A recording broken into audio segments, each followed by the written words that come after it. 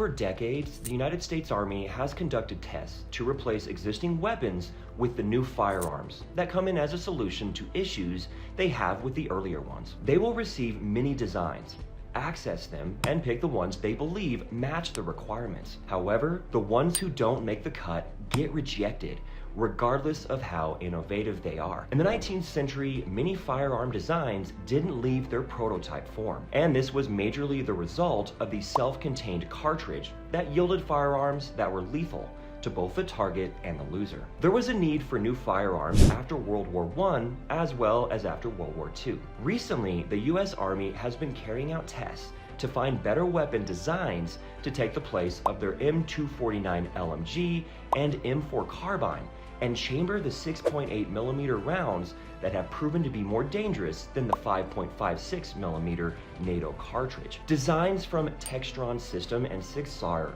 as well as General Dynamics Ordnance and tactical systems, are being explored, and one will most likely be chosen. The other two, well, you know the drill. So welcome back to the US Marines channel, and here are the 7 innovative weapons rejected by the United States Army.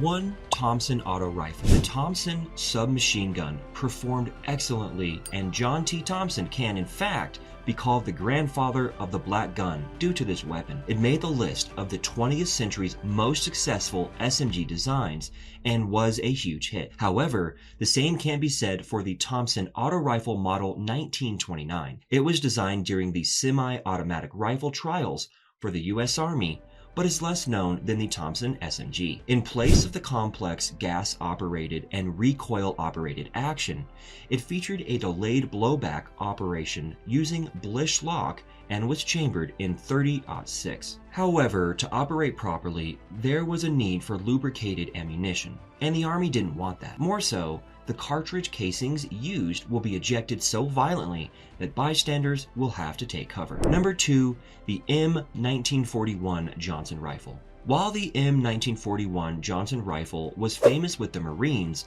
it was one of the guns rejected by the Army. Designed by Melvin Johnson before World War I, the Johnson rifle is an American short recoil rotating bolt rifle. The semi-automatic weapon entered a contest with the contemporary M1 Garand rifle but lost. It jams when a bayonet is mounted on its reciprocating barrel, and its short recoil system leads to an excessive vertical shot dispersion. Compared to the M1 Garand, it was also less reliable and rugged. Despite these disadvantages, it tops the Garand in magazine capacity, and it has the capability to, at any time, use ammunition to recharge the magazine. When the last round in the magazine is fired, the Garand ejects an in-block clip, a disadvantage not seen with the Johnson rifle. In the long run, about 70,000 Johnson rifles were manufactured during the Second World War. It was adopted by the US Marine Corps, and its services were needed in the first few days of the Pacific Campaign. Number 3, the M1941 Johnson light machine gun. Melvin Johnson designed the M1941 Johnson light machine gun, which was also rejected. These designs were nonetheless loved by many firearm enthusiasts. At the Pacific Theater, this recoil-operated light machine gun witnessed heavy combat with Marines. Many of its components are also seen in the M1941 rifle design. Its rate of fire can, per minute, hit 600 rounds. Its semi-automatic mode uses a closed bolt, while the automatic mode operates with an open bolt. However, it weighed a lot and was unbalanced. As a result, it wasn't adopted by the US Army. Nonetheless, over 9,000 units were produced, and many were used by USMC and Army Special Forces during the Second World War. Number 4, the Model 45A. Also included in the list of rejected Army guns is the M45A. Designed in 1945 in the Philippines, the light machine gun or battle rifle had a .30 caliber bullpup design. It was gas operated and was fed by a 20-round detachable box magazine. It had an integral scope instead of iron sights, and as a result resembles the Austrian Steyr AUG in profile. However, the M45A was more of a long gun than a bullpup considering its profile. The prototypes were not found, and their initial existence is only backed up by a few photos of the US Army Signal Corps. Number 5, the panjandrum.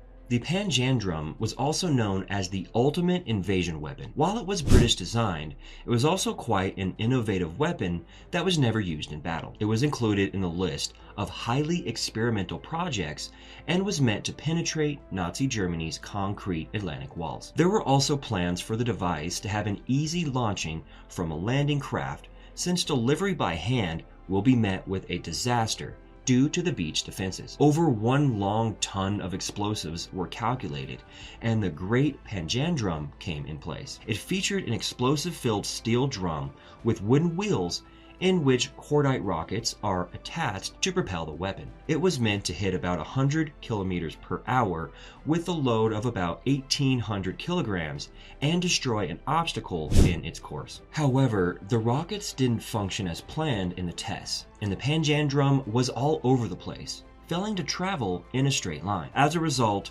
it was never used. Number 6. ArmaLite AR-10. The M4 and other New Age Army guns originated from the AR-10.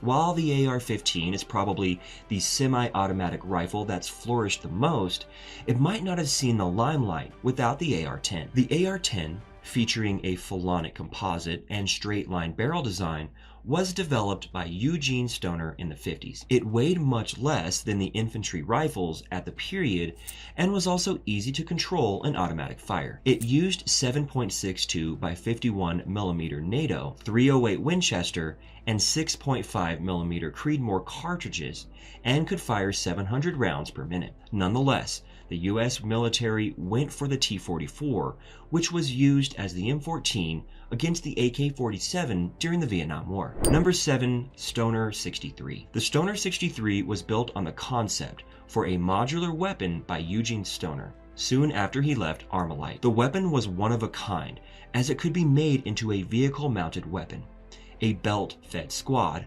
a top-fed LMG, a carbine, and even an assault rifle, just by installing the right components. It was indeed innovative, and to some, too innovative. It initially used the 7.62 by 51 mm NATO cartridge, and that was called Stoner M69W.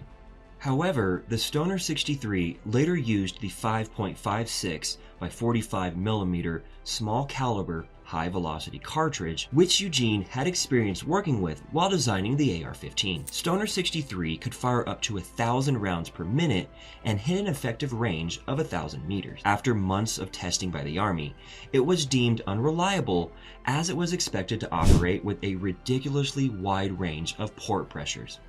Nonetheless, it was liked by the SEALs and was also used in the invasion of Grenada. The improvements submitted by the Army were also made, and Stoner 63A came into existence. Which weapon do you think should have never been rejected? Whose mechanism of action should be revived and adopted in modern weapons? Share your thoughts in the comment section below. If you enjoy this video, subscribe and get notified when other interesting videos drop.